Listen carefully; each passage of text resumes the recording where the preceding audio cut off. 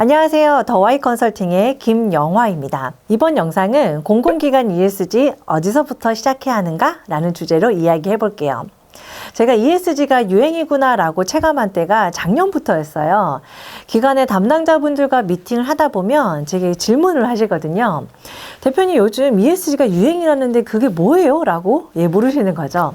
그때 당시만 해도 저희의 그 관심 분야가 아니었기 때문에 제가 아는 선에서 설명을 드린 기억이 있습니다. 자, 그런데 이제는 ESG가 무엇인지 모르면 큰일의 시대가 왔습니다. 저희 회사만 해도요, 작년 12월에 한 달 만에 그 두 곳의 기관에서 임직원 대상 ESG 교육을 진행한 경험이 있을 정도이거든요. 꽤 높은 숫자라고 보시면 돼요. 자, ESG 이제는 유행이 아닌 거죠. ESG 모르면 큰일 납니다. 지금 현재 기업들은 이미 ESG 전담 팀을 조성을 해서 ESG 경영 체제로 변하고 있고요. 공공기관에서도 작년부터 이제 관련 포럼들이 많이 진행이 된 걸로 알고 있어요. 그래서 2022년부터는 더 본격적으로 ESG 경영에 대한 중요성이 대두가 될 것이고요. 공공기관도 ESG 경영을 내재화하는 한 해가 되지 않을까 합니다. 제가 오늘 영상으로 공공기관 ESG 어디서부터 시작해야 하는가 라고 이제 말씀을 드리는 것은요. 사실 일반 기업들은 생사가 달려있기 때문에 뭐 TF팀을 만든다는 등 발빠르게 움직이거든요. 하지만 공공기관에서도 이런 빠른 대응이 가능할까? 물론 전담하는 관계부처가 있으면 가능하겠지만요. 예를 들면 지방 공기업에서 TF팀이 꾸려진다? 현실적으로 어렵죠. 제가 만난 대부분의 기관의 담당자분들은 하나의 업무만 하고 계시지 않아요. 예를 들면 교육 전담? 아니죠. 여러 업무 중에 교육도 하시고 이 일도 하시고 저 일도 하시고 정말 업무가 많습니다. 그러다 갑자기 ESG가 뭔가 이것 좀 해보자 라고 했을 때 어떻게 하실 거예요? 하긴 해야 하니까 먼저 자료를 찾으시겠죠. 그러면 자료는 엄청 많습니다. 자료가 많아서 좋은 점은 정보를 빨리 얻을 수가 있고요. 단점은 양질의 정보를 찾기 어렵죠.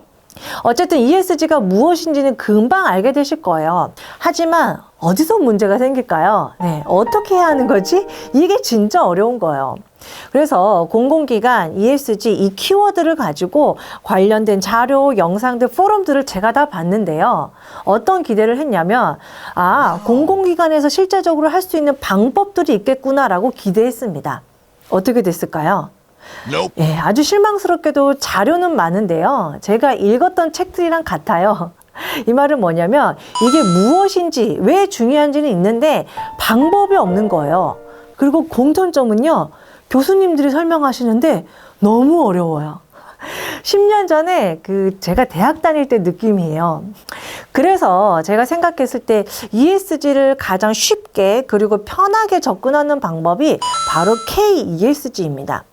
KESG가 뭐냐면요. 2021년에 정부 부처 합동으로 만든 ESG 경영 가이드라인인데 이것만 잘 보시면 저처럼 책을 어마어마하게 산다거나 여러 영상을 보면서 공부하지 않아도 될 만큼의 우리 시대 정가와 같습니다. 그래서 ESG가 무엇인지 이제 알아야겠다.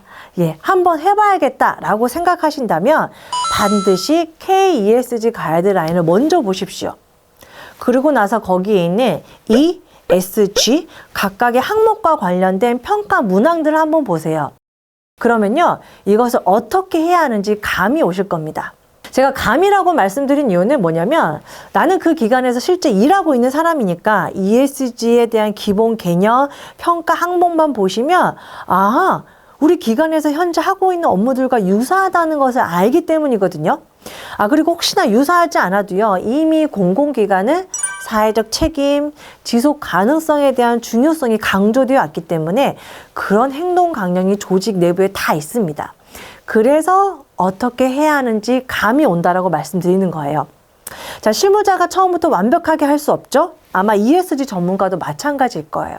왜냐하면 ESG 전문가도 ESG만 알지 그 기관을 잘 알지는 못하거든요. 물론 나름의 노하우로 빨리 기관에 대한 특성을 알게 되면 충분히 컨설팅 가능하죠. 자, 그래서 굳이 처음부터 외부 컨설팅 받지 마시고요. 먼저 내부에서 한번 시작해 보세요. 자, 이거 한번 보세요. 신보에서 ESG 경영 우수 기업의 보증 한도를 확대한다고 합니다. 당연히 K-ESG 가이드라인에 따라서겠죠. 자, 공공기관이 본격적으로 K-ESG를 시작하는 겁니다. 그러면 이 영상을 보시는 기관의 담당자분들 지금 당장 K-ESG 가이드라인을 펼치셔야 될 겁니다. 자, 내부적으로 고민 더 많이 하시고요. 워크숍도 해보시고 그럼에도 불구하고 안 되겠다 하시면 그때 연락 주시면 되세요. 저희가 자신 있게 말씀드리는 것은 더와이가 ESG를 가장 쉽게 그리고 실무와 가깝게 연구한다라고 말씀드리고 싶습니다. 자, 그럼 우리 나중에 ESG로 만나요. 안녕.